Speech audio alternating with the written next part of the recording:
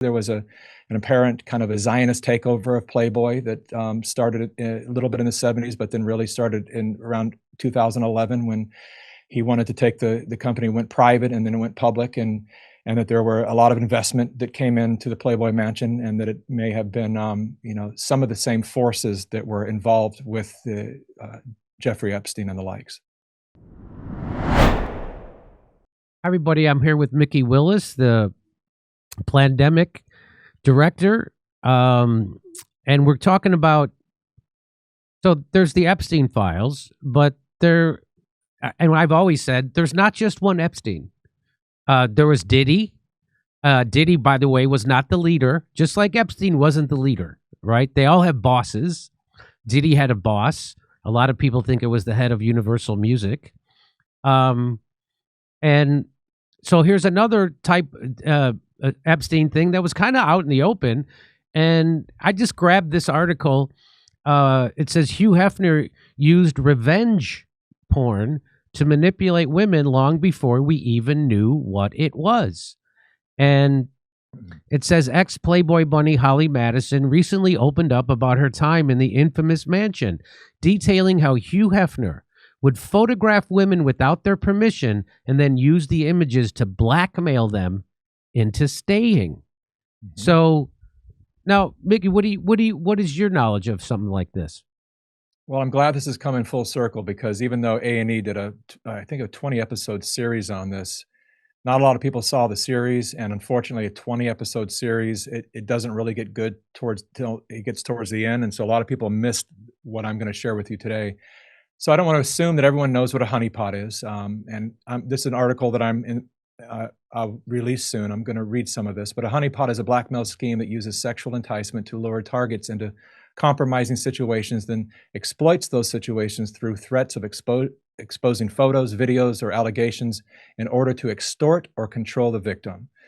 Jeffrey Epstein and Sean Diddy Combs ran similar honeypot operations. Both were known for hosting lavish parties where drug-fueled hedonism and hidden cameras recorded it all.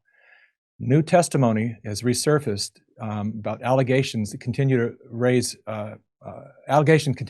about surveillance practices inside the Playboy Mansion. Multiple former girlfriends, employees, and close associates of Hugh Hefner have publicly alleged that hidden cameras and microphones were installed in bedrooms and private areas of the mansion, with some suggesting that intimate encounters were recorded without consent and possibly used as leverage against guests. Former Playboy model and Hefner's longtime girlfriend, Sandra Theodore, who lived in the mansion during the late 70s, alleges that Hefner kept video cameras running in all of his bedrooms at all times. Supporting her account, Stefan Tatenbaum, Hefner's former personal valet, claimed that everything in the bedrooms were recorded and that he once saw a vast collection of videotapes stored in a locked library known only to Hefner and his inner circle. According to Mr. Tatenbaum, there were celebrities, athletes, even politicians being recorded. Hefner's widow, Crystal Hefner, detailed in her 2024 memoir that she discovered what was described as spy holes built into bedroom walls. She claimed that Hefner admitted to her that he had filmed hundreds of encounters over the years.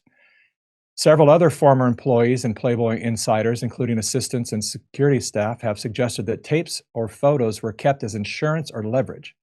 As journalist Amy Berg put it, this wasn't just a party house. It was a surveillance state in silk pajamas.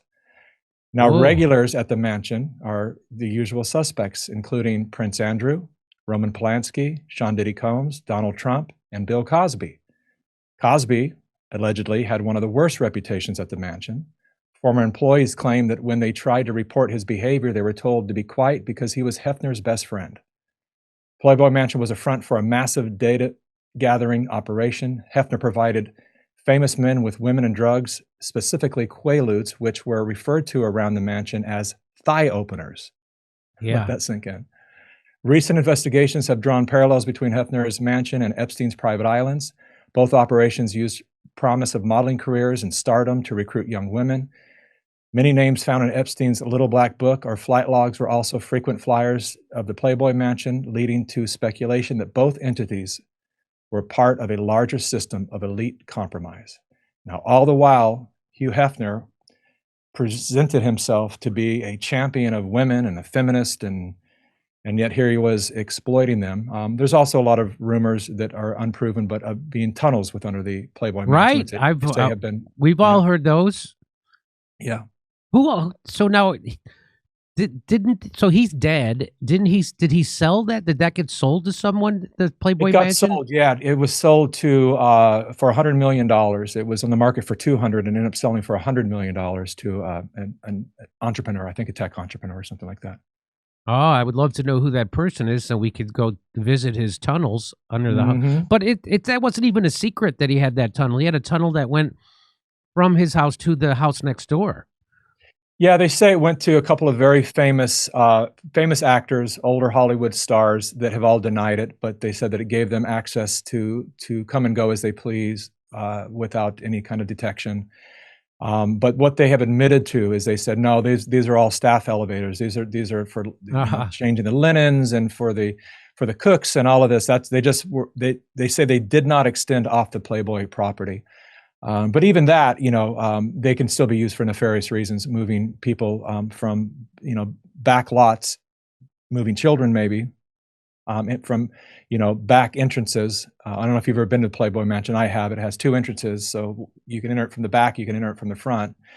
And, they can move in cargo and shuffle people to wherever they want to within the mansion through the tunnels, perhaps, allegedly. Oh, what were you doing at the Playboy Mansion? I never got it. I never got invited.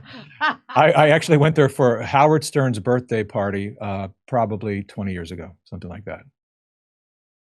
Oh, okay. And so, what else do you want to say about this topic about the other Epsteins? Well, it's really more of a question: is when are we going to investigate this? When are we going to look into where are these tapes? FBI? I don't know. There wasn't an investigation, so would they be in the hands of investigators? Maybe not. Have they been destroyed? Does the estate own them? And how have they been used? And because we're talking this 1970s on, so we really start getting into a lot of the different politicians and world leaders that have all come through those doors. It was a stop for a lot of dignitary, famous men and women from all over the world. And so I think it's time that we start putting a little pressure on demanding that there's some form of investigation that takes place, so that we can at least dig into the possibilities that things that have been decided in our nation perhaps were under the leverage of what they had that compromised some of these people. And so that's what I'm hoping for, is a legitimate investigation, which, I won't hold my breath for that. But what happened there, and who was blackmailed, and how did Hef use all of this? There's also stories that I'm digging into too. There was an apparent kind of a Zionist takeover of Playboy that started a little bit in the 70s, but then really started in around 2011 when he wanted to take the company, went private, and then it went public, and that there were a lot of investment that came into the Playboy Mansion, and that it may have been some of the same forces that were involved with the Jeffrey Epstein and the likes. And what do you have a larger point about pornography in general? Well, I do, and it's I didn't take it seriously until I had boys, and until my boy, who's now 12, was 6 years old, and we went to his grandmother's birthday, and she lived in Vegas, and have him walk up and down the strip, and he was asking like, what is that sex, Dad? What is this word is everywhere? And so he went back to the hotel, and just lo and behold, the protective apps that we had on his computer had just expired, and so he said the word sex into his computer, and saw a bunch of stuff that we really wish he wouldn't have seen at 6 years old. And it really started me to go into the rabbit hole of what's going on. We all looked at it. I will be perfectly transparent in saying that it's the only addiction that I ever had myself. I had no drinking, no drugs, nothing like that, but started at a very young age with beta tapes, hidden under the couch, that I stole from the local video store and would watch them on repeat over and over. And it created an addiction that took me years to break. And to understand what it does to particularly men psychologically, is sex no longer becomes an exchange, an energetic exchange between two people. It becomes a very visual thing. So the men are oftentimes in their head picturing things that they've seen, and this can, as you can imagine, can really harm the relationship that you're trying to have, sexual relationship with the person that you're with. And so I started to dig into this really deeply. I'm still in the middle of the investigation, but what I've learned is that it is so effective that it's been used as a weapon of war, and it's being used as a weapon of war. In 2002, the IDF was caught pumping hardcore pornography into Gaza, literally taking over their 3 stations that they had. And when they were asked why, they said because it unlocks a particular lust in the young men, and they become sexual predators, and it prohibits them, or it lessens the possibility of them ever having a family and multiplying. They admitted that. And so when you look at it and you see how much this is spread in the United States, and that it's one of the only things that's free, and then it gets harder and harder core. It's extreme. When you look at the cognitive damage that it does to the neurology, particularly of developing minds, you understand that it is a weapon of war. It's a psychological weapon of war, and there are now movements all over the internet of young men trying to beat it because it's one of the hardest habits. They say it's as tough as heroin or fentanyl or any of that, because it taps into a primal part of our primal design, and we are created. The reason sex is so attractive is because it's been instilled in us to procreate, to create life. And so there's pheromones, there's things that happen that are to keep us always interested in the opposite sex and creating life. And I think that's one of our purposes on this planet. And so drawing from that, weaponizing that primal instinct is what they've done. And now we have these couple of generations of young boys, they're called incels, whatever you want to call them, and they don't know how to relate to women, not only because all the social rules, they don't know what's safe to say or do. They don't know if they're supposed to ask a girl out, if they're supposed to open the door, or is that insulting? They don't know what to do, so they're scared about that. But there are young men that are actually in juvenile systems right now because when they had their first sexual encounter, they choked the female because they thought that's what you do. Everything I've seen is that's what you don't do that.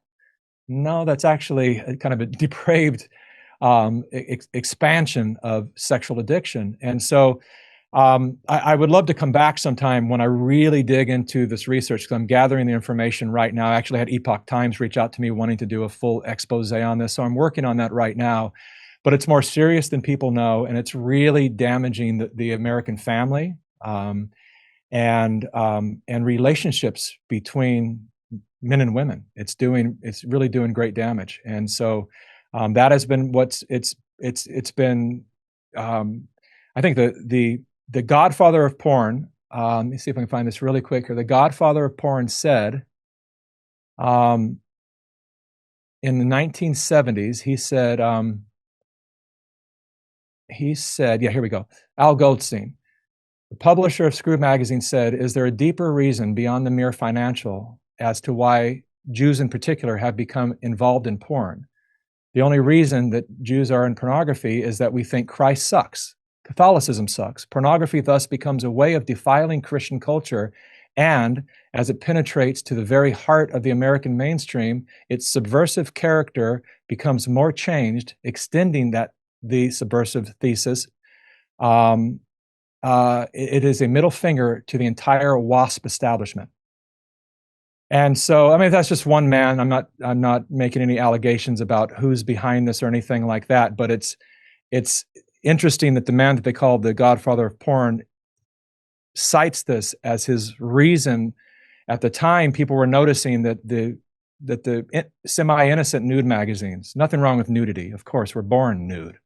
But there was a push for all of them to become hardcore, which, Playboy started off as just, very simple, no spread legs, none of that. And slowly but surely it was moving in another direction. And then on comes, Penthouse and all the other magazines that took it to the next level.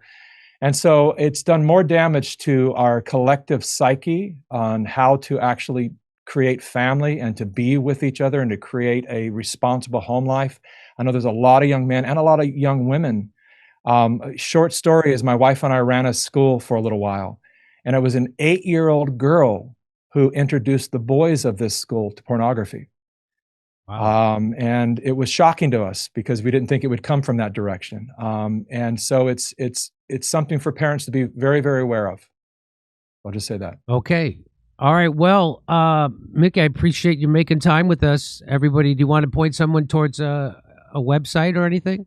Absolutely. Yeah, I have a new website, MikkiWillis.com. That's MIKKI, MikkiWillis.com. And I have a new membership portal called Decode the Narrative, where we do calls and interviews every Thursday night to go really deep into these subjects and actually interact with the community so that we can make sure that we're keeping up with the latest strain of psychological warfare that we're all facing. And thank you for asking, and always thank you for having me, Jimmy, and for all the great work that you do. Oh, right back at you. Mikki Willis, I appreciate it. Everybody check out MikkiWillis.com.